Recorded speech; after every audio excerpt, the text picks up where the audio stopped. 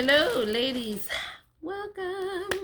All right, it is a new video. I know I look just like another video that you're going to see. Don't know if this is going to be published before or after that, but wanted to take the time to make the video while I could. All right, so as you can see, we got Baby G here in the background. Maybe I'll move him a little closer. Maybe turn him around so you can see him. He's fed and all content. Let me sit him up a little bit so you can get a gander at him before we get busy with this video. Yeah? Say yeah? It's Cyber Monday or right after Thanksgiving, yeah? Yeah. All right. Let's lay him down and relax so we can get down to business. All right. So, this is a serious question. Do you have a will? A living will? I mean, you're thinking about becoming a single mom by choice, or you're struggling to have your first child, so that's why you're watching these videos, or you're just interested in pregnancy in general. But if you have a dependent and you have assets like a house, like a retirement fund, or you have a good insurance policy, you should have a will. Insurance policies, your retirement fund, not necessary. You don't necessarily need a will because those will have beneficiaries. Okay, Bug. Why are we so fussy?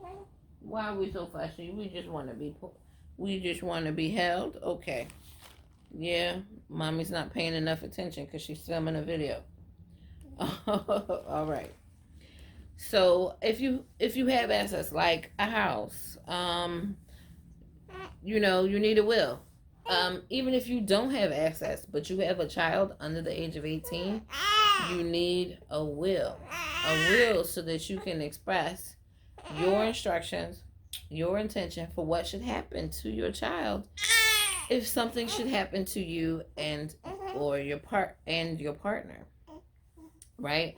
And it's something I've had to give some serious thought. It seems very morbid, to think about death. It is something that I thought about a lot in pregnancy. I'll admit I was very negligent in trying to get the paperwork in order. But in some of the groups that I'm in, the single mom by choice groups, there are women who are trying to get those affairs in order because a lot can go on during delivery. And you just want to know that your baby's going to be taken care of. So it's important to know, who will raise your child. I mean, I know I'm not that close to remaining members of my family. I have some pretty close friends, but I don't know. They have their own children and, their own, problems. And I don't want to say problems, but I want to say their own burdens in life. And I've always hated to be a burden on anyone, but it is a very important thing to get figured out because until the child turns 18, somebody has to take care of them. And raise them, and it has to be somebody you trust to not neglect them or treat them differently from their own children. And in my particular case, I have insurance policies and a retirement fund. I'm about to turn 40, but I won't be of retirement age before he is 18. So whatever retirement that I have been contributing to will need to go somewhere. And that will go with him. So the question is, do you put that in a trust? Do you leave it to him as a beneficiary? If you put it in the trust, who do you make executor to make sure that money goes where it's supposed to go? Also, there are a lot of questions, right? I'm not here to hold a particular conversation about whether you should have a trust or whether you should set somebody as a beneficiary. But if you're setting up a trust, you might need a little attorney help. If you're putting together a will, you might need a little attorney help. Um, if you need a living will, which I also don't have a living will, those are important to have. Hospital always asks you that when you go into there. You might need a little attorney help to put those documents together. So,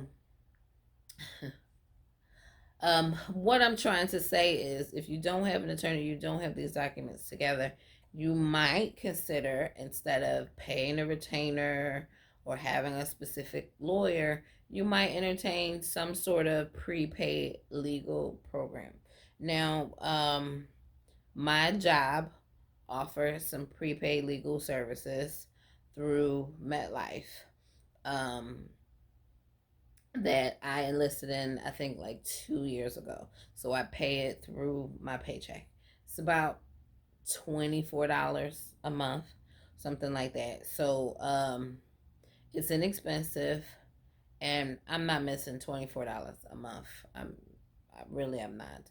But in the event that um, I'll put it to you this way. I was on the search for a husband because a while ago, and I was paying into a prepaid legal that was offered through my employer because I've always said, even though I'm not like rich, I maybe one day. So I said I wanted a prenup. I don't think there's anything wrong with a prenup, whether you a thousandaire or a millionaire or a billionaire. Ain't nothing wrong. If you got plans and aspirations for your life, get you a prenup. I'm just saying. So I plan to have a prenup. So I said, all right, well, if I find somebody and I want to get married in the next few years, this prepaid legal will kick in and be pretty good because I can use the services to work on my prenup, right? Also, those services can be used for a host of other things: traffic ticket disputes, identity theft disputes, um, a whole ton of things. I will run some things down the line here, just some basic highlights for what that kind of service would cover. So, again, it's just something to think about. I wanted to talk about it because I think it's important in this community that we understand that we need to not only work hard to prepare to have these babies, but when we get them, we need to prepare for if something happens to us before these babies become adults, what's going to happen to them? And getting those affairs in order can cost some money. So,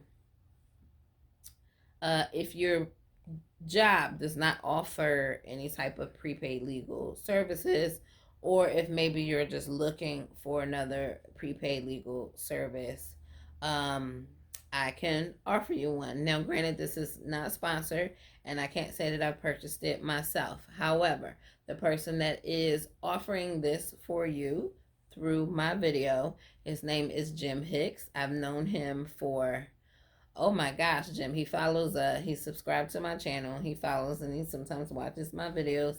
Um, Jim, oh my gosh, I've known you since 2004, well over 10 years.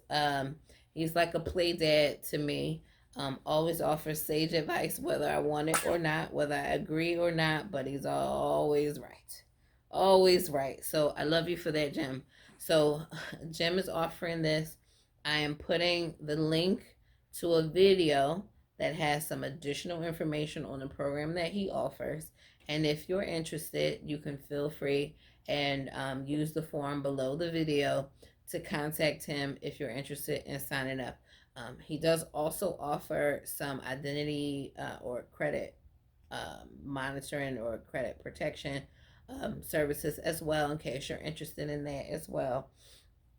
But I'm just here really to stress the importance of getting affairs in order um, when you have a little one. And a lot of us are not taught about this. And as someone who had to recently deal with estate issues when my sister passed away 3 years ago, I know how important it is to have this. And to be quite honest, I've got a pretty big family. I'm not close to a lot of them. I speak to them. I'm on good terms with a lot of folks, but I can't say I'm particularly close where I would necessarily ask them to, raise my child if something happened to me. Mostly everyone is older than me. So something really tragic would have to happen in order for them, for me to go before them. But that's neither here nor there. I'm just saying, um, this is something that should be forefront in our minds. I know it's incredibly morbid to think about death and the more tragic side of things, but it's even more important to have a plan for it. And, you know, if you don't have a lawyer that you use or have a retainer for this kind of thing, that can be expensive. Prepaid legal is relatively inexpensive, and you can get access to resources that can help you with that. So if that's setting up a trust, if that's creating a will, creating a living will, um, if that's dealing with regular disputes like traffic tickets or identity theft or whatever these other things that I've listed here, it's worth taking a look at. If you haven't thought about it, you should think about it even before your child is here. It's important to have these kinds of things on board, even if you aren't looking to get pregnant anytime soon and you don't have a living will. It's good for that at the very least, for putting something like that together, and it's for putting a will together and even making updates to that will over time. So that's a reason to maintain it, and it's a minimal amount of money to be able to have access to these resources. So if you there's my light again. So I just wanted to put that information out there and make you aware. Okay, Bug. Okay. He show upset. Yes. He show upset. Come on, let's lay down. Because you're cranky now. Yeah, you didn't give me a good burp, but you threw up twice. Okay, maybe he still got a gas bubble. I don't know. All right. I got a feeling he's probably going to throw up again. So let's see. But yeah, so not to make this video super long. I really don't want to make it long. I just want to put the idea out there. It's something that I'm thinking about. Considering, there we go. It's just throwing up a little bit. I recently had open enrollment, so this is something I had to think about recently as well. And I haven't seen anyone talk about this particular subject, and I think it is important to have your affairs in order. And like I was saying, as I was preparing things for my sister was pretty good at having her affairs in order. She had her beneficiaries done. She didn't have a whole lot of assets, but she had her affairs in order in a way that she had left a letter with instruction for whoever was handling her affairs. Granted, it was a little dated, but it's something she had done at some point. You know what I'm saying? And she left a letter to her daughter. So that's an opportunity when you put stuff like that together. That's an opportunity to say some final words, to give some, it's making me emotional, to give some final sage advice to your child that they can take with them into adulthood. And this is something a letter that you can write and be given to them in the event that you're not there to give them the advice when they need it. So, I lost my father when I was 24. I was an adult, but I wasn't like necessarily out on my own, but I was freshly out of college, newly into my career. I'd never been married. It would have been nice to have a letter or a note from him that maybe gave me some advice on choosing the right man to marry, or saying, I hope you have a man that does this for you, that for you, or what have you. That would have been nice to have from him. I've never had that conversation with my father. That would have been really nice. To see, and I read the letter that my sister left um, her daughter, and she talked about, wanting to be there to see her get married and have kids, and unfortunately she didn't get to do that, but she got to let her daughter know that these are things she really did want to see, and apologize for not being there for her in those major moments in her life. And so it's I think it's just so important to get these things together. We put these baby books together, we write notes to our children while they're baking in the womb. But how many of us think to leave sage advice in case we don't make it out of the delivery room? So that's all I'm trying to say is we want to make sure we have these things in order. And I mean, it's horrible to think about, but really important. And while I was, doing all these things, I had to write the obituary for my sister, and pull her information together as much as I knew, in order to put into this obituary and write a story. I mean, I'm a creative writer, so that came, I don't want to say it came easy for me. It didn't come easy. My sister was 16 years my senior, but we were very close.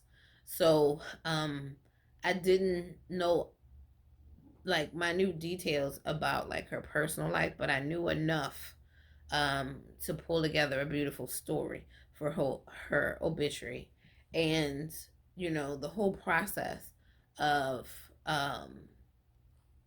preparing her final arrangements, I just kept thinking to myself, my gosh, I hope somebody is around to do this for me, and I started to think, who knows me well enough to write a proper obituary?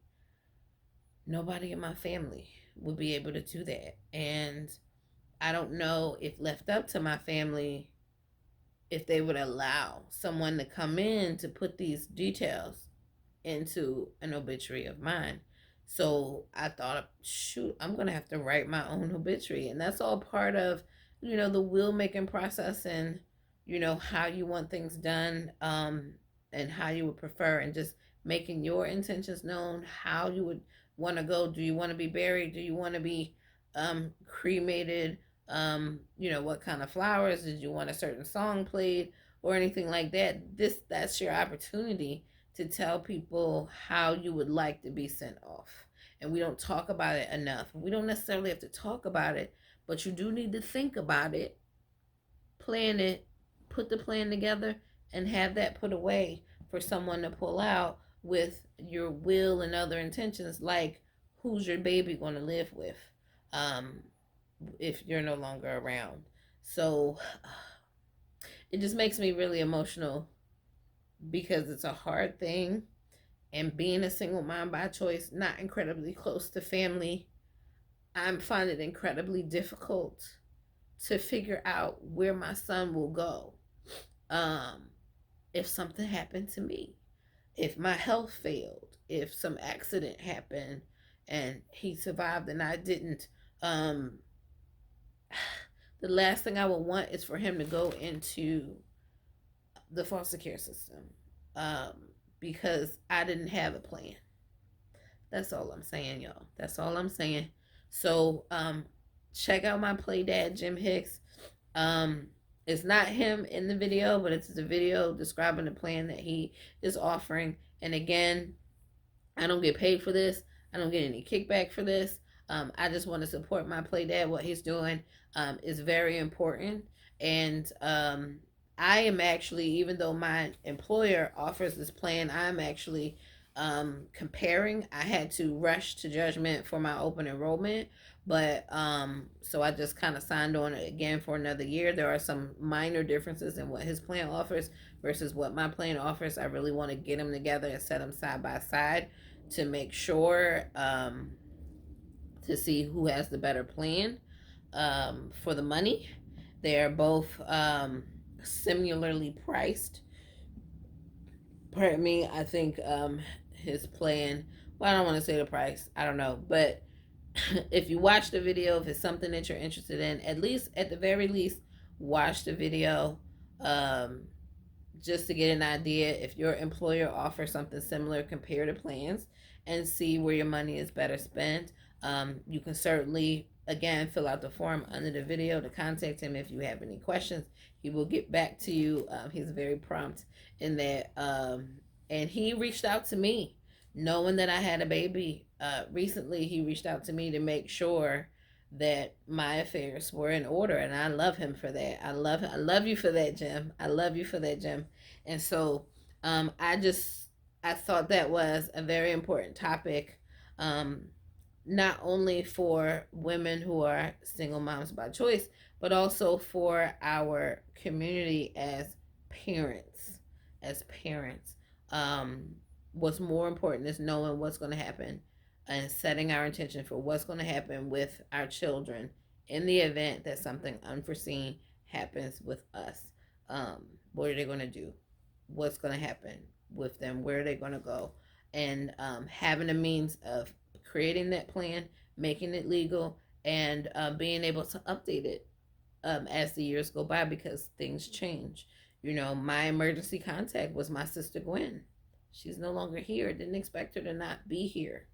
Right now, she would be, gosh, 56 right now, which is young, you know. And I still struggle for listing an emergency contact, you know, because of the way my family is shaped up. So I'm sorry this video has dragged on. I just really want to stress the importance of getting these particular affairs. They're not pretty to think about, but they're so very important. So very important. And so I'm still struggling. It's December 2nd, and my sister passed away on December 4th. And so maybe I'm just emotional. You know, my father passed away on November 26th. And it's just an emotional time of year for me. I'm glad that I have this little bug here to remind me how important life is, and how important it is to live it, and to follow your dreams and to work hard. And even if you don't get exactly what you want, to also be thankful and grateful for what you have. So that's how I'm choosing to go through this time of year. And hopefully this is something, if you have not thought about it, if it hasn't crossed your mind, that I have at least sparked something in you to really want to get that together and get it right, just in case. I mean, we pay for car insurance just in case. We pay for home insurance just in case. You know, we pay for credit monitoring just in case. You know, we pay for all these things just in case. Let's get our affairs in order just in case the worst happens. You know, you plan for the worst and we hope for the best. All right, so hopefully this has been informational. Again, don't forget to check the link in the description and really look it over. And if you have one with your employer, take that into consideration. It's open enrollment time now. If not this year, if you missed it this year, you know, maybe enroll in something now and then, you know, pick something up next year. Whatever the case may be. Again, not sponsored. I don't get anything from you doing business with my play dad, Jim Hicks. It's a good plan. I've looked it over myself. I just need to make some comparisons because I have options. If you don't have any options, or if you don't know anyone else offering it, I just wanted to make you aware and give you a resource in case this was something that you were interested in doing. All right?